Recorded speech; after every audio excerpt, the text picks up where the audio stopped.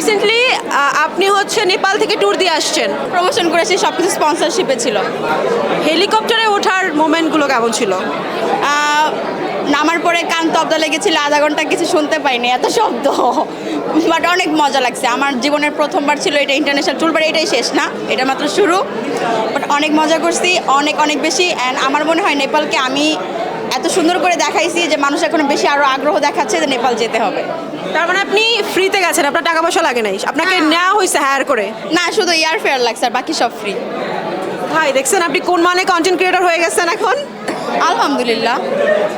So এই যে যোগ্যতাটা অর্জন করা, এই পর্যন্ত আসা, জার্নিটা আসলে কেমন ছিল এক কথা শুনতে চাই।